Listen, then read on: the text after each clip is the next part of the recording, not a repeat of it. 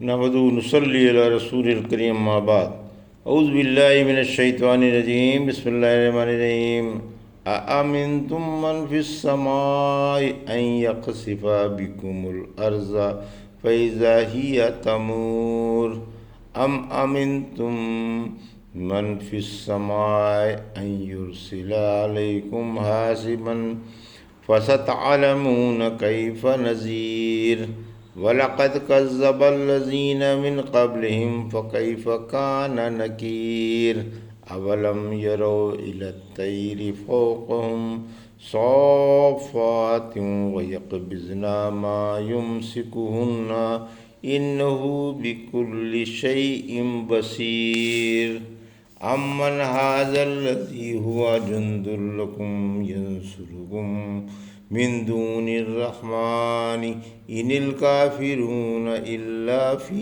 غرور امن هذا الذي يرزقكم ان امسك رزقه بل لجوا في عتو ونفور افمن يمشي مكبا على وجهه اهدى امن يمشي سويا على صراط مستقيم۔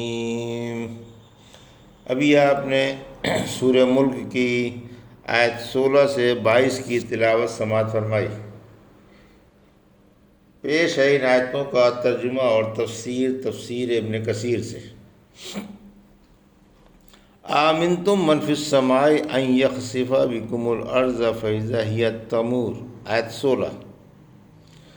ام آمنتم من فی السماء ان یرسل علیکم حاسبا فستعلمون کیف نذیر، آیت 17۔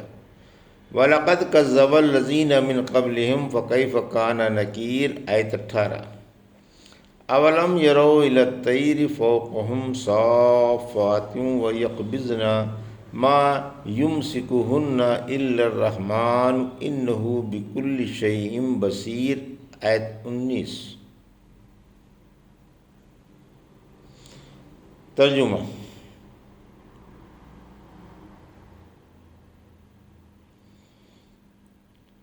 کیا تم آسمان والے سے نڈر ہو کہ وہ تمہیں زمین میں دھسا دے اور دفعتاً زمین ہلنے لگے، یا کیا تم آسمان والے سے نڈر ہو کہ وہ تم پر آسمان سے پتھر برسا دے، پھر تم جلدی ہی جان لوگے کہ میرا ڈرانا کیسا تھا، اور ان سے پہلوں نے بھی جھٹلایا تھا، پھر ان پر میرا عذاب کیسا رہا۔ کیا یہ اپنے اوپر پرندوں کو پر کھولے ہوئے یا سمیٹے ہوئے نہیں دیکھتے؟ اللہ ہی انہیں سنبھالے ہوئے ہے۔ یقین مانو اللہ کی نگاہ میں ہر چیز ہے۔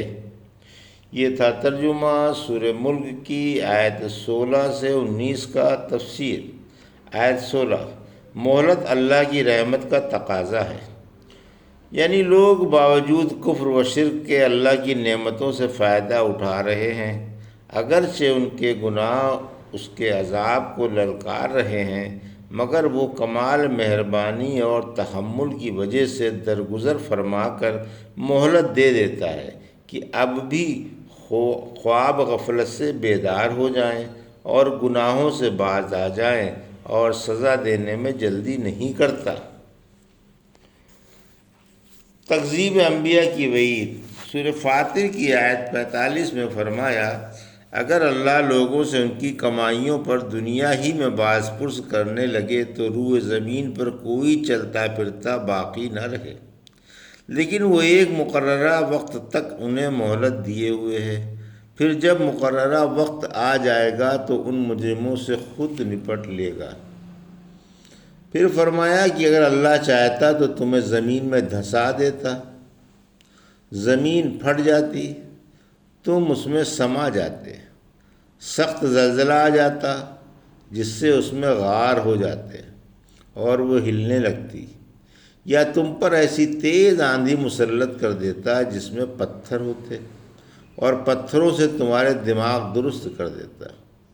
سورہ اسرا کی آیت 68 میں فرمایا، کیا تم اس بات سے نڈر ہو کہ تمہیں خشکی کے کسی کنارے میں دھسا دیا جائے، یا اللہ تم پر سخت آندھی بھیج دے، پھر تم اپنا کوئی حمایتی نہ پاؤ۔ آیت 17۔ یہاں یہ وعید بیان فرمائی کہ اس وقت تمہیں خود بخود معلوم ہو جائے گا کہ میرے رسولوں کو نہ ماننے والوں کا کیسا برا انجام ہوتا ہے۔ آیت 18، تم سے پہلوں نے بھی رسولوں کو جھٹلایا تھا اور میری باتوں کا انکار کیا تھا، پھر ان کا کیسا خوفناک و عبرتناک انجام ہوا۔ میں نے انہیں کیسے کیسے دردناک عذابوں میں پکڑا اور وہ کس کس بری طرح سے غارت ہوئے۔ آیت 19،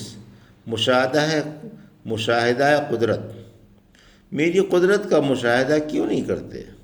کیا اپنے اوپر پرندے اڑتے ہوئے نہیں دیکھتے؟ کبھی دونوں پروں سے اڑتے ہیں اور کبھی ایک سے۔ انہیں فضا میں کون سنبھالے ہوئے ہے؟ رحمان کے سوا کس کی طاقت ہے کہ انہیں سنبھال لے؟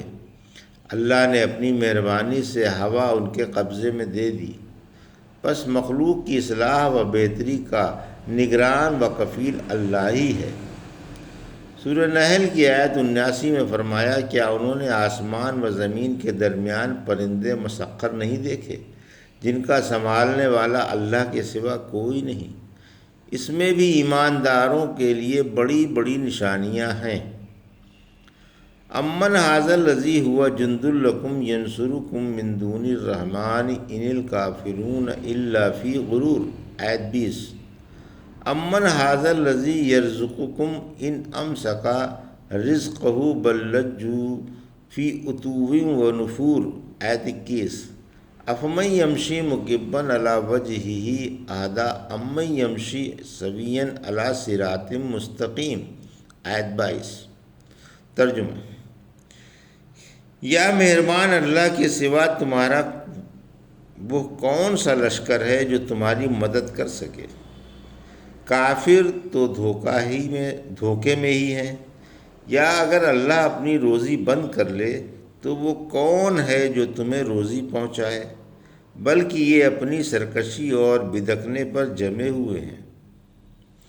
پھر کیا وہ جو منہ کے بل اوندھا چلتا ہے زیادہ راہ یافتہ ہے، یا وہ جو سیدھی راہ پر سیدھا چل رہا ہے؟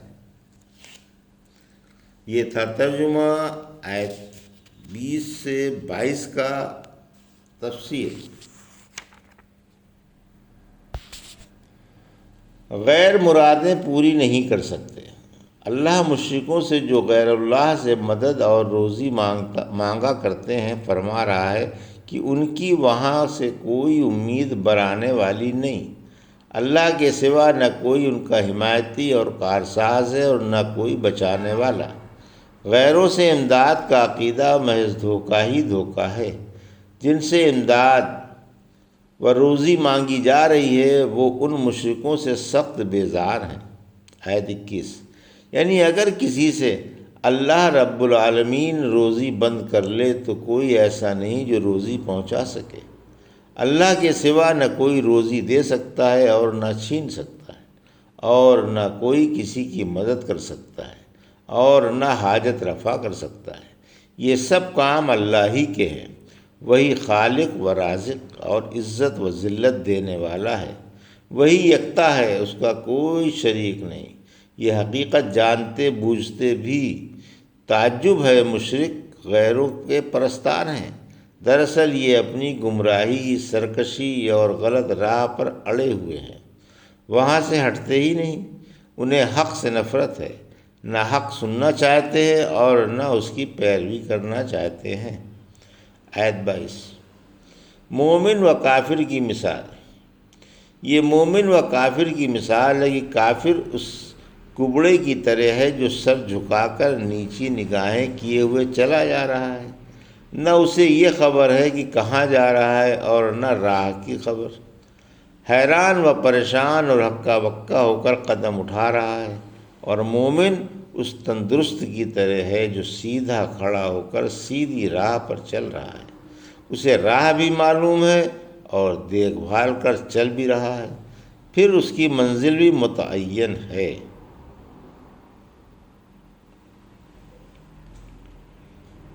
قیامت کے دن مشرک کے منہ کے بل چلائے جائیں گے۔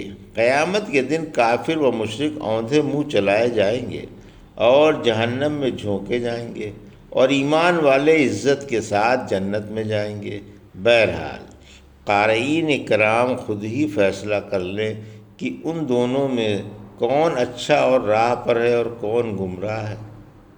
سورہ صافات کی آیت 22 اور 23 میں فرمایا، جہنم کی طرف ظالموں کو اور ان کے جوڑوں کو اور ان کے معبودوں کو ہانک کر لے جاؤ اور اس کا راستہ دکھا دو۔ رسول اللہ صلی اللہ علیہ وسلم سے پوچھا گیا کہ اللہ منہ کے بل کیسے چلائے گا؟ فرمایا، جس نے پیروں پر چلایا وہ منہ کے بل چلانے پر قادر نہیں۔